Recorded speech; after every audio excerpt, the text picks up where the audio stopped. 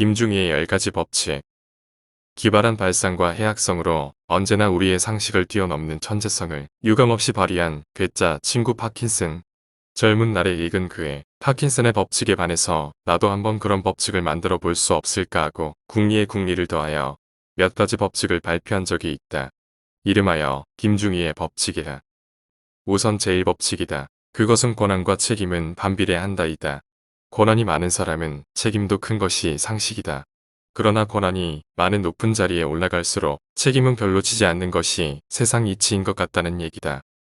권한이 없는 아래 직책에 있는 사람에게 윗사람의 책임이 끝도 한도 없이 위임 분산되어 맨 말단에 있는 사람만이 윗사람들이 져야 할 모든 책임을 몽땅 짊어지게 될 수밖에 없다는 사실을 지적하고 싶어서였다. 단적인 예로 대통령이 그러하다. 대통령제는 대통령이 책임을 지는 제도가 아니다. 그래서 그런 것이 어떤가. 내각 책임제라는 말은 있어도 대통령 책임제라는 말은 없다. 대통령제는 대통령 중심제일 뿐이다. 누구의 말처럼 역사의 법정에 선피고는 될 수 있을지 몰라도 행정상의 책임은 없다고 할 것이다. 김중희의 제2법칙. 건강과 수명은 반비례한다. 어느 때부터인가 술좌석에서 만나는 사람들마다 998만 8,234를 외치기 시작했다.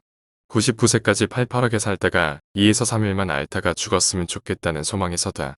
요즘에 와서는 아예 998만 8,231을 외치기도 한다. 그러나 미안한 얘기이지만 술좌석에서 이 소리를 외치는 사람들은 그 소리대로 살기는 틀린 노릇인 것 같다. 너무 건강하기 때문이다. 너무 건강한 사람은 자신의 건강을 과신하는 나머지 몸을 함부로 움직여 장수하기가 어렵다. 장수하는 사람은 몸이 건강한 사람이 아니라 오히려 허약한 사람이다. 허약한 만큼 더욱 자신의 건강을 열심히 챙기기 때문이다. 파킨슨도 우리에게 묻고 있었다. 자동차가 많이 다니는 도로와 잘 안 다니는 도로의 포장 상태는 어느 경우가 더 양호한가 하고 말이다. 김중희의 제3법칙이 있어야 할 곳에 없을 확률은 그것이 있어야 할 확률보다 언제나 높다. 이것은 한마디로 개똥도 약에 쓰려면 없다는 속담과 같은 의미다. 옛날에는 길에 밟히는 것이 개똥이었다. 그런데 그렇게 흔하디 흔한 개똥도 정작 약에 쓰려면 왜 그렇게 보기가 힘들었는지 알 수 없는 노릇이다. 서울에는 서울 사람이 없다, 극장에는 연극이 없다, 학교에는 스승이 없다, 국회에는 국회의원이 없다라고 말하면 조금은 슬픔 얘기가 될까? 서울에 사는 사람 중에는 지방에서 올라와 사는 사람이 더 많은 것이 현실이고 학교에는 스승보다는 노조원이 더 많은 것이 사실이다. 국회에 있어야 할 국회의원인 곳은 국회보다는 지역구요 아니면 대모현장인 경우가 더 많은 것을 보고하는 얘기다. 김중희의 제4법칙 원칙과 예외의 적용은 반비례한다. 예외 없는 원칙은 없다라는 말이 있다. 여기서 말하는 예외라는 얘기는 원칙을 지키되 극히 제한적으로 예외를 인정한다는 얘기다. 국회의 회의는 공개하는 것이 원칙이기 때문에 언론이 그 내용을 자유롭게 취재 보도할 수 있는 것이다. 그러나 안보상의 이유로 예외적으로 비공개 회의도 할 수 있지만 그 경우는 극히 예외적이어야 한다. 비공개가 원칙처럼 일상화되어서는 안 되는 것이다. 그러나 우리 국회에서는 원칙보다는 예외가 일상화되어 있다시피 하고 있는 것이 현실이다. 예산안 의결이 그 사례다. 헌법은 매년 12월 2일, 즉 회계년도 30일까지 예산안을 의결하도록 요구하고 있으나 이 원칙대로 시행되어 본 적은 거의 없다. 예외조항의 일상화로 한 해를 마무리하였을 뿐이다. 지난해에도 예외가 아니었다. 제5법칙의 안에 대립각과 심의시간은 반비례한다. 이 법칙은 예산 액수와 심의시간은 반비례한다는 파킨슨의 법칙과 같은 맥락의 것이라 할 수도 있을 것이다. 여야가 아무리 타협을 하려고 해도 안 되는 의안의 경우 어떤 방법이 있을까? 아주 쉽게 푸는 방법을 우리 국회는 창안해낸 적이 있다.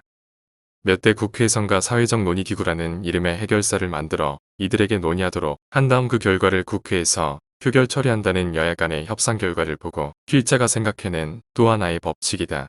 참 좋은 생각이다라는 생각을 했다.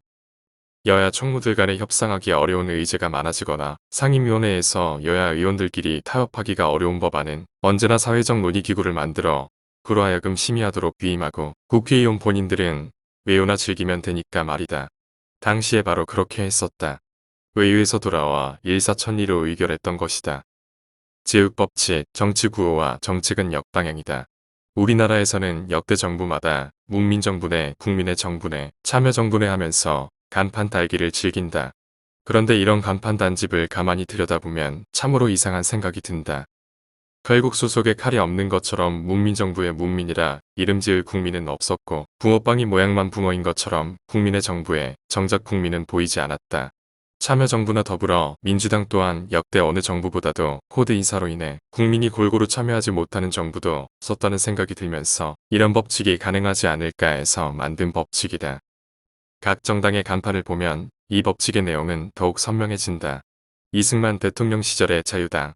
일제시대를 지낸 국민들은 한 끼를 덜 먹는 한이 있어도 자유가 있는 세상을 갈구하였다. 자유를 굶주린 백성들에게 해방된 조국을 책임진 정당이 자유를 채워주겠다는 강한 의지의 표현으로 나온 정당 간판이 자유당이었다. 그러나 그 자유당이 4.19 혁명을 유발시켰으니 더 이상 무슨 말을 할 수 있을까?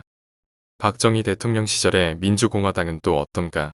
이승만 대통령의 장기 집권과 혼란스러운 정치의 신물이 난 국민들에게 희망을 주는 길은 그래도 민주적이고도 착실한 공화정의 길을 걷는 것이라 생각하고 정한 간판이 민주공화당이었다. 그러나 이 정권 역시 삼선개헌과 유신으로 당명은 간판에 불과하게 되었다.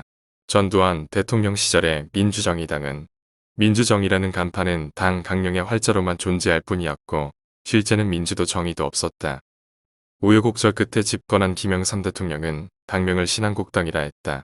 무슨 뜻이었겠는가? 지금까지의 모든 국악을 깨고 새롭고도 위대한 대한민국을 만들어 보자는 야심찬 포부가 그 당명에 깃들여 있지 않은가? 그러나 결과는 너무나 무참한 임기 말을 맞이해야 했다. IMF를 불러들였으니 말이다. 새천년의 시작과 함께 천년성을 쌓아 보고 싶은 욕망으로 출발한 김대중 대통령의 새천년 민주당은 천일야호로 끝났고 이어진 열린 우리당은 자기들만의 닫힌 정당으로 우리 속에 갇혀있는 꼴이 되었으니 김중희의 제6법칙이 나올 법도 하지 않은가. 정치인들이 하는 일은 언제나 자신들이 내건 간판이나 구호와 일치해 본 적이 없다. 역방향이 기조차 하다. 너무나 가슴 아픈 얘기다. 제7법칙 시민단체의 기능은 정당의 기능과 반비례한다. 의회 내 정당이 시민단체의 눈치를 보면서 법안 심의에 임하는 경우가 종종 있는 것을 보면서 생각해낸 법칙이다. 시민단체의 기능이 확대되면 될수록 정당의 기능이 줄어들고 있는 현상을 보고 하는 얘기다. 시민단체와 정당의 기능은 엄연히 다름에도 불구하고 정당이 제 기능을 다하지 못한 데에서 야기된 현상이 아닌가 싶기도 하다. 정치자금법 하나만 보아도 그렇다. 시민단체는 무슨 재주가 많아 재벌들이 선뜻 거금에 후원금을 내놓는 데 비해 정당의 경우에는 아예 후원금을 받지 못하도록 되어 있으니 말이다. 제8원칙 국회의장의 안전과 국회의원의 신변 안전은 반비례한다.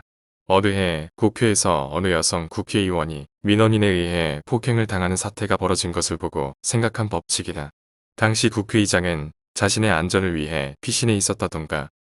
국회의장의 보신주의가 강하면 강할수록 국회의 난장판 상태는 더욱 가열, 지속화될 것이고 그러면 국회의원의 신변은 더욱 위태로워질 것이라는 생각에서다.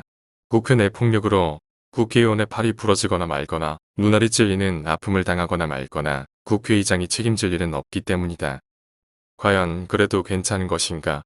모를 일이다. 제9법칙 국회의원의 국회 참석률은 선수와 반비례한다.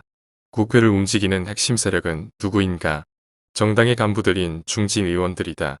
그렇기 때문에 다선의 정당 중진들이 국회에 앉아 국회가 잘 운영되도록 유도하고 초재선 의원들에게 모범을 보여야 한다. 그러나 현실은 그렇지 않다. 중진일수록 외부 행사가 많다. 자연 국회 출석률이죠. 좋아할 수밖에 없다. 국회의석을 채우고 있는 국회의원은 언제나 초재선 의원들이다. 제10법칙 신용카드 수량과 신용은 반비례한다. 신용카드를 여러 개 가지고 있는 사람을 가끔 본다. 그런 사람을 볼 적마다 느끼는 것은 왜 그렇게 많은 신용카드가 필요한가 하는 생각이었다. 어쩌면 이 카드 저 카드로 부채를 막기 위해서 많은 카드가 필요했던 것이 아닌가 해서 이런 법칙을 만들어 보았다. 앞에서 제시한 법칙들은 모두가 과학적인 조사를 통해 만들어 진 법칙이 아니다. 다분히 감각적인 작품에 불과하다. 틀렸다고 생각하는 분이 있으면 알려주면 좋겠다. 언제든지 수정할 의향이 있음을 밝혀둔다. 제11법칙 수입과 지출은 반비례한다. 수입이 많으면 자연 지출도 그에 따라 많을 수밖에 없다고 생각하는 것이 일반적이다. 그러나 실제는 그렇지 않다. 수입이 적은 사람은 그 수입을 몽땅 털어 쓰지 않으면 안 된다. 그러나 수입이 많으면 여유돈이 생긴다. 그러기에 수입이 많으면 많을수록 그와 비례해서 여유돈이 많이 생기고 지출은 줄어들게 마련이다. 제12법칙 시간과 거리는 반비례한다. 이건 또 무슨 말인가? 거리가 많으면 시간도 많이 걸리고 거리가 짧으면 시간도 덜 걸리는 것이 정상이다. 그런데 시간과 거리가 비례하는 경우는 거의 존재하지 않는다. 거리가 멀면 시간이 짧거나 거리가 짧으면 시간은 남아돈다. 약속 시간이 촉박한 경우는 언제나 거리가 먼 경우다.